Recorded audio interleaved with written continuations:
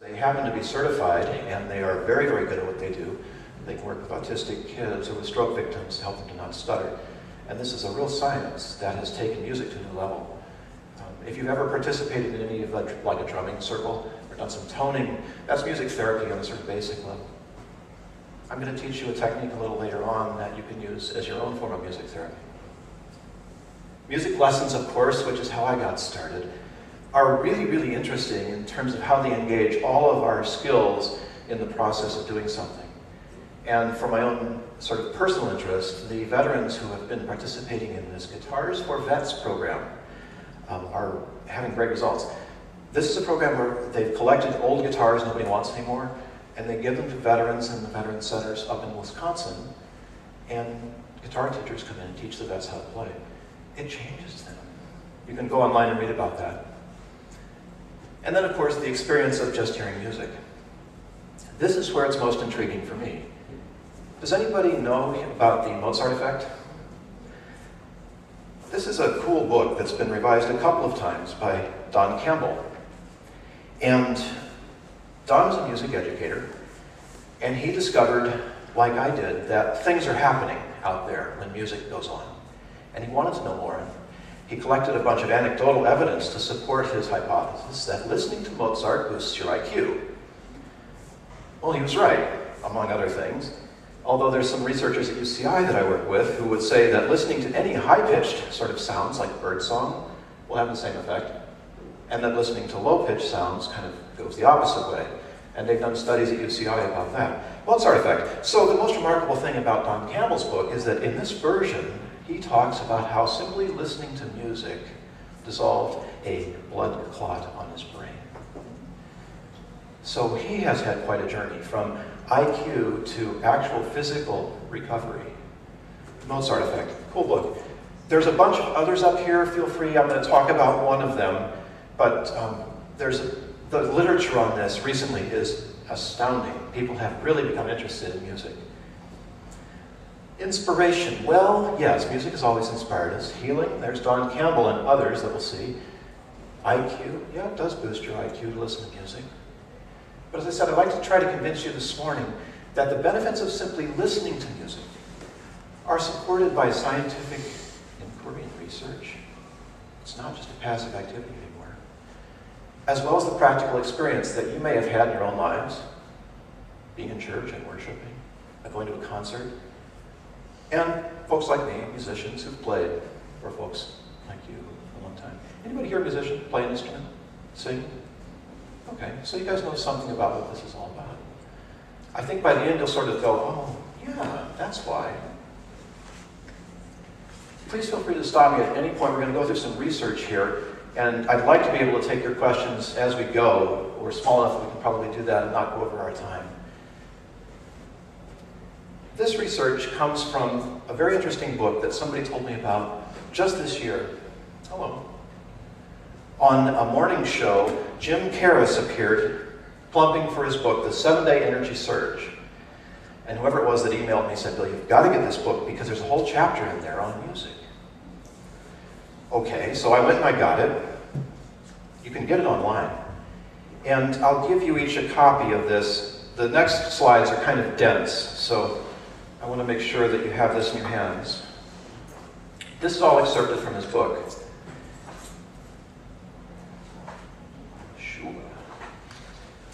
And we're just going to run through it because I think it really shows how, first of all, recent and powerful the kind of research is that's happening on music and how it affects us. As I said, there's no research that says that if you apply music, you'll get inspired. That's kind of hard for the medical profession to wander into, but they have some other very startling things going on. So, turn up your music, turn down your anxiety. Seems pretty obvious.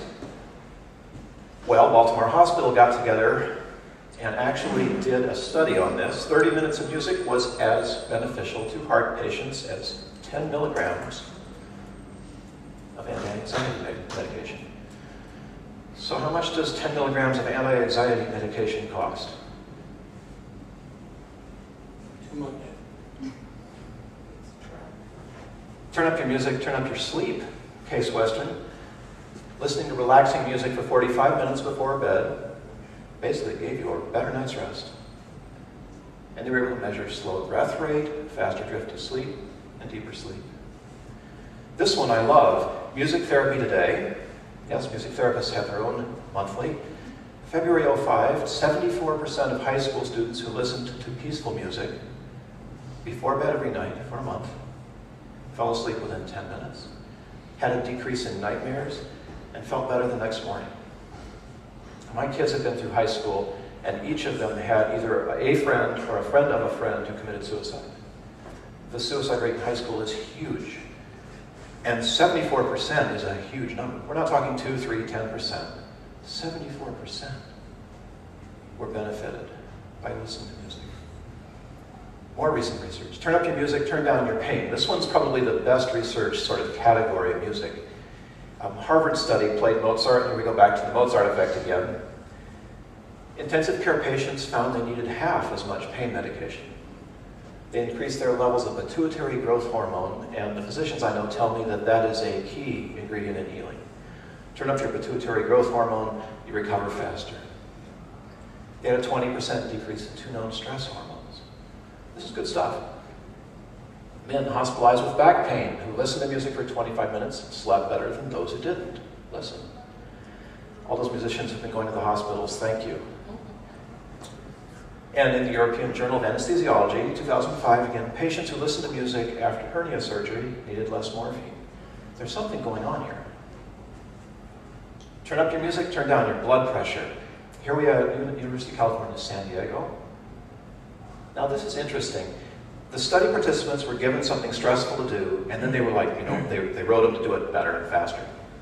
Afterwards, they listened to 3 different things. One group listened to nothing, just silence. One group listened to jazz and pop. One group listened to classical music. Pretty easy study, easy to measure the results. If you're sitting in silence, your blood pressure's up. Jazz and pop, not quite so far up. Classical music had the lowest response to the stress. I'm just saying. So here's where it starts to get interesting. Turn up your music, turn up your memory and attention. On the way down here, I listened to some of my favorite classical music. I happen to like Rachmaninoff, so I put it on.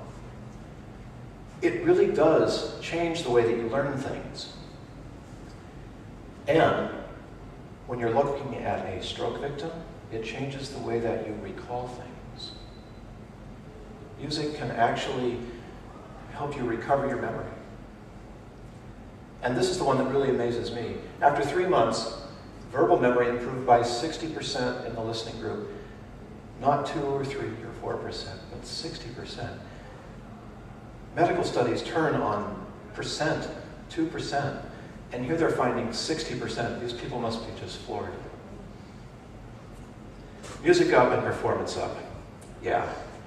Everybody know Pachelbel's Canon? Really popular piece of music. Well, if you listen to that before a speech or an oral presentation or a job review, guess what happens? You sail right on through, as opposed to a non-listening control group. And here's one of my favorites.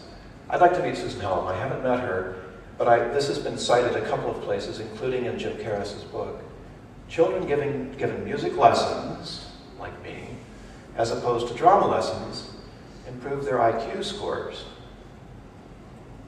2 or 3 points.